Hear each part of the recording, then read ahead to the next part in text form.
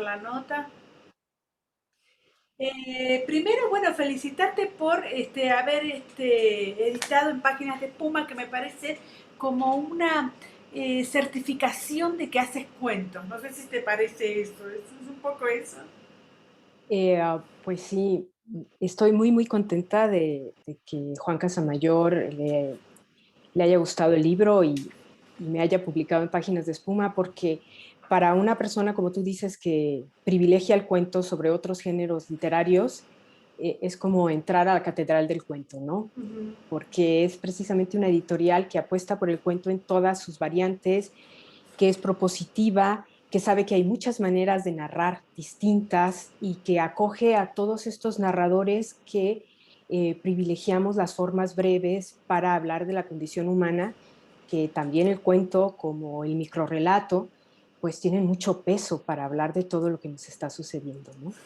Me parecieron además estos cuentos como que están más cerca del microrelato que del relato mismo, digamos, ¿no? Y eso también condensa bastante tu entrega en este libro que se llama Antes del miedo se llama, ¿verdad? O antes del final del miedo, ¿cómo es? Al final del miedo. Al final del miedo. Sí, yo creo Es, que estos 8 relatos que mencionas sí tienen este aire del microrrelato en cuanto a la cuestión del manejo del lenguaje, porque soy bastante precisa y el lenguaje, sin dejar de ser un protagonista, está buscando otras maneras de expresión, quizá no tan formales como en los relatos tradicionales, y el lector no va a encontrar aquí unos cuentos a la usanza, vamos a decir, de los géneros que están inmersos ahí, sino que son híbridos también. Y mi intención era un poco experimentar con este libro a través de relatos que son más largos, pero que se están fraccionando precisamente para dar también espacios al lector de, de ir llevando este hilo conductor a través de un narrador también un poco impertinente, un poco distinto, que tiene su propia voz, que puede cometer errores al momento de estar contando la misma historia, pero que son intencionales, ¿no? Para hacerlo como un objeto mucho más orgánico. Yo hablo de Al final del miedo como también como un libro artefacto, como una maquinaria en la cual todo se va relacionando, cada cuento se va relacionando a distintos niveles intertextuales, con los personajes, con las mismas historias, hay muchos juegos de espejo. Yo disfruté muchísimo escribiéndolo. También sé que esa voz narrativa es un poco a veces autoritaria, me parece, en el sentido de que establece lo que es contable y nada más, digamos, ¿no?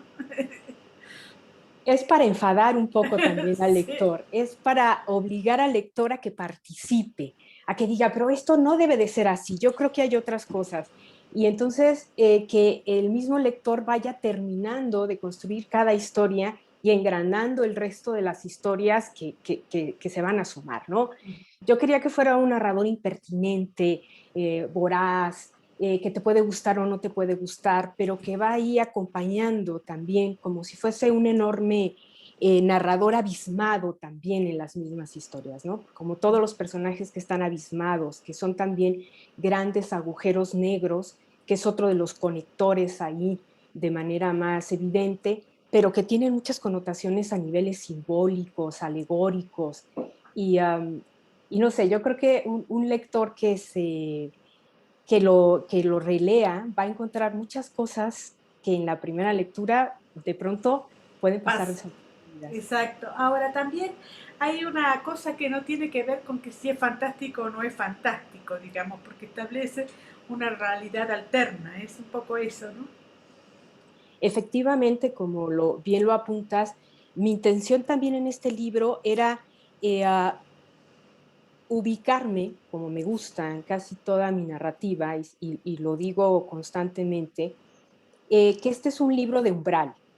Es un libro donde el lector se va a situar en esa línea que divide lo real de lo insólito y que a partir de su lectura puede decidir de qué lado quiere finalmente concluir su lectura. Si todo puede ser perfectamente explicable o lo puede leer desde un punto insólito. Y si lo lee de manera cruzada, pues todavía mucho mejor, porque la vida no es esta normalidad que nos han enseñado a ver, ya la realidad no nos alcanza, creo que incluso nos sobrepasa, y lo insólito es una perspectiva donde yo uno distintos focalizaciones, como de pronto puede aparecer lo fantástico, algo de ciencia ficción, algo de terror, mucho de extraño, y que al final el lector va combinando a su gusto y va leyendo. Este es un libro donde el lector tiene que participar, donde los finales son totalmente abiertos para que el lector decida cómo quiere concluir, y donde si se lee de la manera entrecruzada y vemos cómo los personajes van y vienen, pues también es una especie de eurobobos, ¿no? Al terminar el libro tenemos la sensación de que volvemos al principio del libro. También lo extraño están los personajes, por supuesto, ¿no? En esta mujer diminuta, cómo estableces esos personajes, observando o imaginándotelos. Bueno, cada uno de los personajes que van apareciendo ahí, hay algunos personajes que son principales dentro de cada cuento, pero también hay otros personajes que surgen como una especie de triangulación con los personajes principales, porque es un libro de parejas, de binomios. Todos los cuentos se están relacionando dos personajes que están en un conflicto, que llegan a un punto de quiebre, y a partir de ahí se replantean su situación.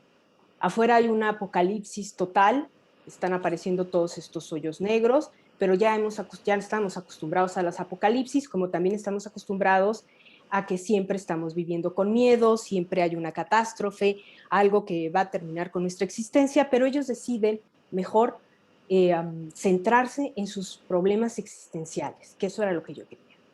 Y cada personaje, ¿por qué son dos? Porque se ven como espejos.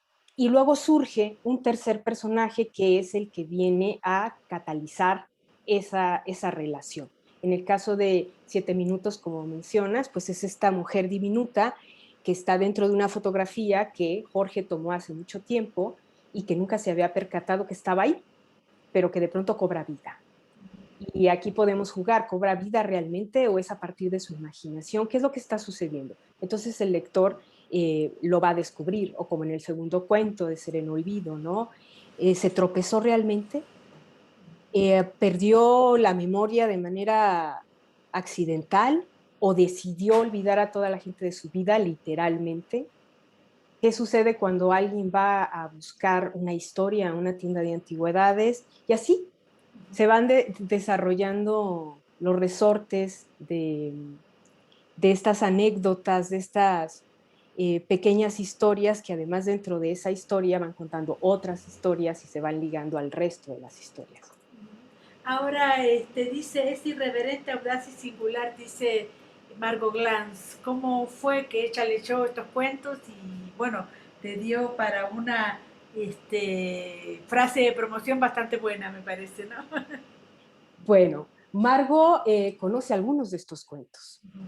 Cuando yo le dije que ya tenía por fin mi versión final y que si me quería dedicar algunas palabras, me dijo, tu obra es como todo lo que yo he leído de ti. Quiero que el lector se dé cuenta de que no es solamente en este libro, sino en todo lo que yo te he leído, siempre están estas características. Y a raíz de ahí me entregó esta hermosísima frase que le agradezco mucho y que pues sí, me representa no solamente en el final del miedo, sino en mucho de la producción que tengo, en, pues bueno, a lo largo de todos estos años que llevo escribiendo, ¿no? Sí, siempre extraña y perturbadora, dice Alberto Chimari. Yo que te conozco desde hace bastante, me parece que la perturbación siempre fue tu objetivo finalmente, ¿no? Tratar de, este, de desestimar la corriente que va y tratar de perturbarla todo el tiempo. ¿Es así? Sí, estos cuentos son siniestros en cierto sentido, pero son más perturbadores. Y son más perturbadores porque es posible que todo lo que esté contando sea real, real desde la perspectiva de la posibilidad. Y creo que en ese sentido Alberto Chimal, al que le agradezco también sus lindas palabras, me encanta cuando dice que una vez que me lean, se darán cuenta de que no hemos visto la realidad como es. Es Claro. decir, que hay muchos intersticios, muchos puntos de fuga donde se puede colar lo insólito, donde se puede colar lo extraordinario, lo extraño, pero que no nos fijamos bien, ¿no? Que vamos por ahí sin prestar mucha atención, mirando unilateralmente una realidad que creemos que es suficiente para mantenernos vivos y sanos mentalmente, ¿no? Cecilia, ¿cómo te sientes como escritora, teniendo en cuenta que fuiste, me parece a mí, un poco reconocida primero en el extranjero, que escribiste obras para niños? ¿Cómo te sientes ahora que estás logrando el reconocimiento más acá, más en México, ¿no? Bueno, pues para mí es importantísimo, porque yo vivo en México, soy mexicana, eh, ah, todo el tiempo estoy hablando de México y de sus situaciones, pero desde otro ángulo.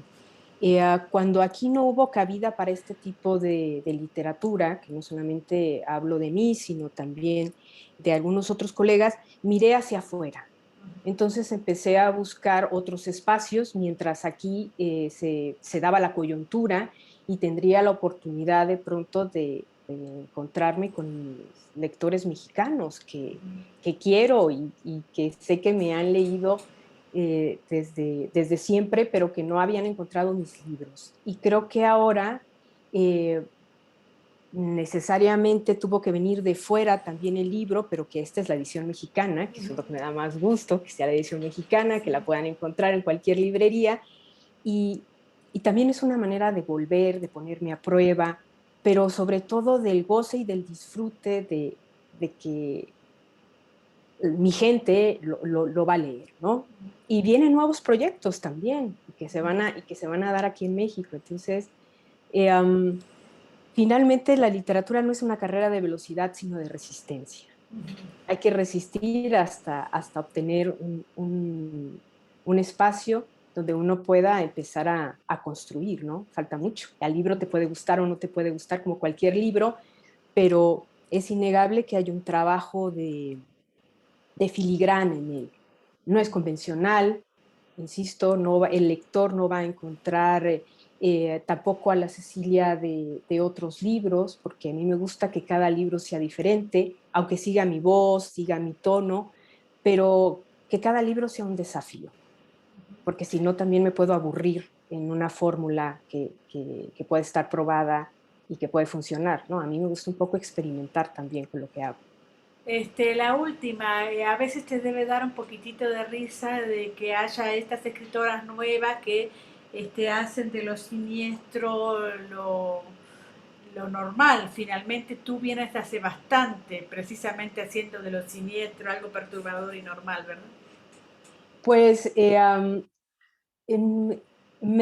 me gusta mucho que por fin las editoriales se dieran cuenta de que era una manera muy efectiva y que ahora está gustando muchísimo. Efectivamente, yo tengo años haciendo esto, años, desde mis primeros libros, estoy escribiendo bajo esa premisa, vamos a decirlo. Y ahora que también ya se encuentran cabida con una mayor protección, mayor proyección mis textos, pues también estoy muy contenta.